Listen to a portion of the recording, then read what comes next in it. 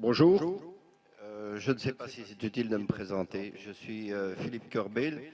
J'ai exercé le métier de garde forestier sur la commune de Velin depuis 1996. J'ai arrêté depuis peu. Pour ceux qui me connaissent, j'ai traîné grosso modo 21 années de bénévolat dans les structures CLDR, Commission locale de développement rural, CCATM, dont on a beaucoup parlé. J'ai fait tout ça bénévolement, toujours dans l'intérêt collectif, soit. Moi, ce qui m'a frappé et que je tiens à souligner, c'est l'absence totale de concertation qui existe au niveau de cette commune. Il y a réellement une rétention d'informations. J'ai suivi le débat de manière tout à fait neutre. Je suis toujours à l'heure actuelle neutre. J'ai suivi le débat qu'a développé Éric Bruno Meunier plutôt, et j'ai relevé quand même 4 points qui ont été présentés par notre bourgmestre. Je ne vise pas notre bourgmestre, je vise les choses. Ces points étaient fondamentalement erronés et des rétentions d'informations. Je suis très surpris de voir que nous avons une magnifique région. Et Jacques, tu as toute ma sympathie au niveau humain, mais j'ai quand même été surpris de voir que là maintenant, tu n'as pas, c'est peut-être un oubli et ça peut arriver, souligné la question de l'environnement, parce que l'environnement et par exemple le tourisme, à l'heure actuelle, plus personne n'y croit au niveau de Velin. Mettez-vous à la place d'un visiteur étranger. Il vient de Bruxelles, il sort de le 411. Qu'est-ce qu'il voit? La première chose qu'il voit en sortant de le 411, c'est un parking qui est, grosso modo, selon les saisons, un dépôt d'immondices.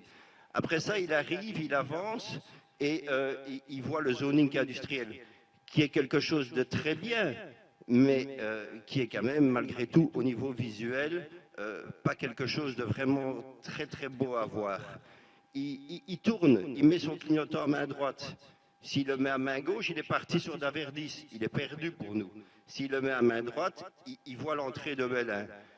Il voit une place communale où on a fait une dépense que j'estime être une dépense de prestige, où à l'heure actuelle, on a plutôt l'impression qu'on est dans un de Verdun, où il n'y a même plus un simple bistrot où on pourrait dire de s'arrêter pour boire un coup.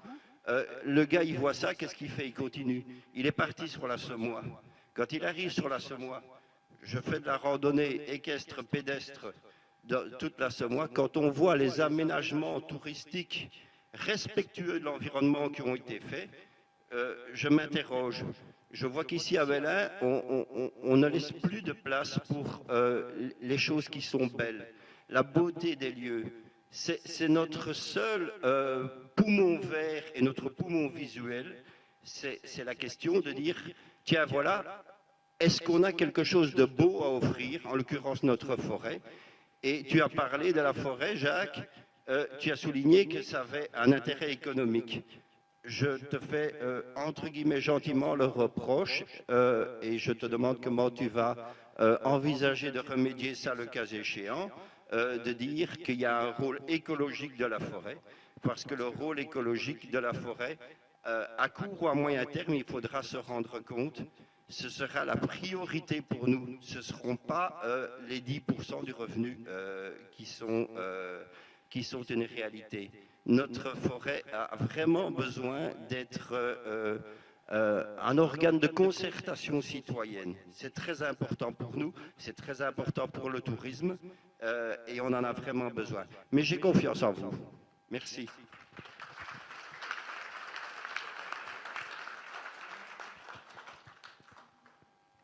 Bon, j'ai une petite remarque. Donc, effectivement, j'ai parlé que la forêt était notre poumon économique. Mais j'ai également dit que c'était notre poumon touristique.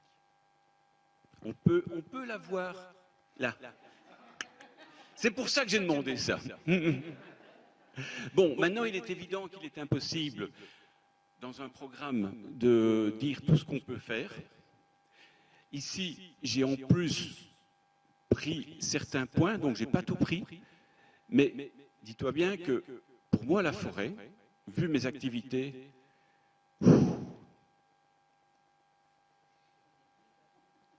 et je ne vais certainement pas faire en sorte qu'on ne la soigne pas. Maintenant, je dois t'avouer qu'en 81, quand je suis arrivé à Ouélin, il y a 4 entrées à Ouélin.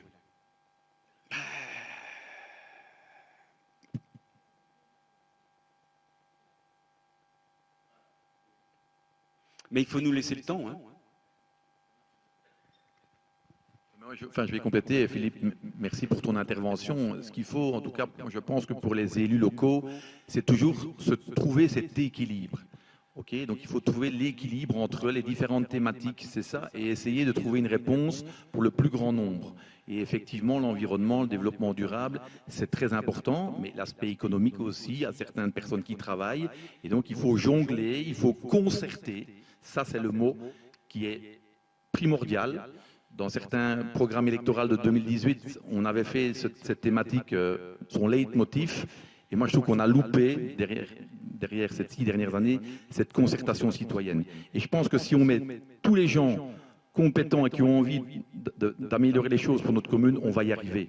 Dans notre programme par rapport à l'aspect environnemental, en premier point, c'est la création d'une commission de la nature. Et il faut regrouper tout le monde autour de cette table, des gens motivés, et trouver des solutions pour le plus grand nombre. Ça, c'est notre objectif.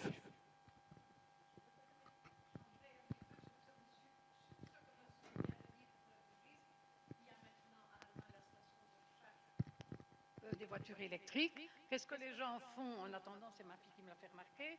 Ils se promènent, ils viennent jusqu'à l'église de Ouélin. Or, on pourrait aménager quelque chose pour ces personnes-là qui tournent un petit peu, un banc, un panneau didactique ou quelque chose. Ce ne serait pas un coût énorme. Et pour les touristes, ce serait un gros plus.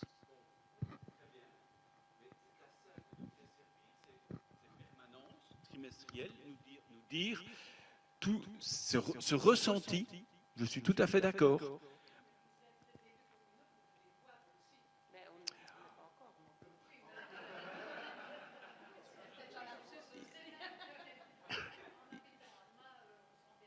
Oui, mais c'est toujours intéressant d'avoir le retour des citoyens d'une manière générale.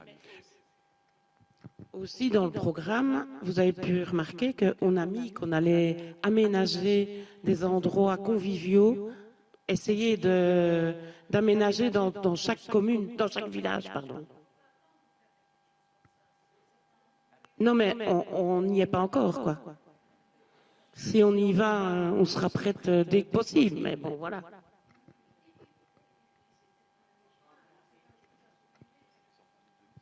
Oui. Encore, allez, hop, 2 questions.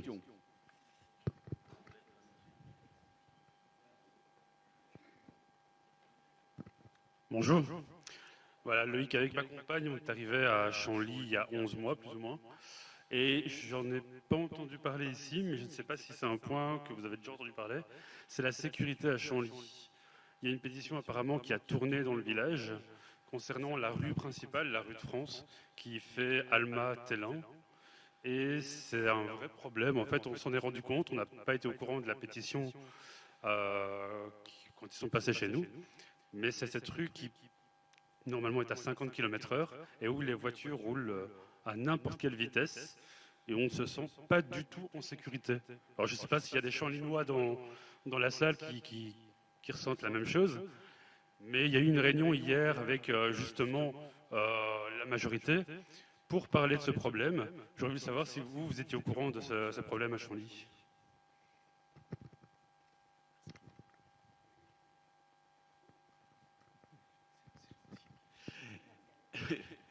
Bon, oui, on est au courant. 1. 2, c'est une route régionale, donc on ne sait rien faire tout de suite. Et 3, je reviens avec le plan de mobilité, communal de mobilité, qui englobe le problème de la sécurité. La sécurité à tout niveau et à toutes les rues de la commune et des communes qui rentreraient dans le système. Je vais passer à Bruno. Oui, ben spécifiquement, ce dossier-là, on l'a appris il y a quelques jours via un mail de votre groupe. Mais moi, ce qui me surprend quand même, c'est que c'est une route régionale Les travaux ont été faits voilà quelques jours et sans concertation à nouveau. Et donc c'est dommage. Il y avait l'occasion rêvée de pouvoir aménager cette route régionale pour améliorer la sécurité. Et moi j'ai envie de dire que j'ai pas envie de faire de polémique, mais on a travaillé à l'envers à nouveau. On a fait une réunion d'information le 2, alors que les travaux sont finis. Alors il y a certainement moyen d'améliorer les choses, mais encore une fois j'ai l'impression qu'on a fait le travail à l'envers. Alors que si on concertait au début du projet, il y en a eu d'autres de projets dans ce sens-là, je ne vais pas les énumérer, on les connaît, mais on prend une décision, on fait, et puis quand les gens râlent, on revient en arrière. Eh bien nous, on veut travailler dans l'autre sens. On va concerter, on va décider, et puis on va faire.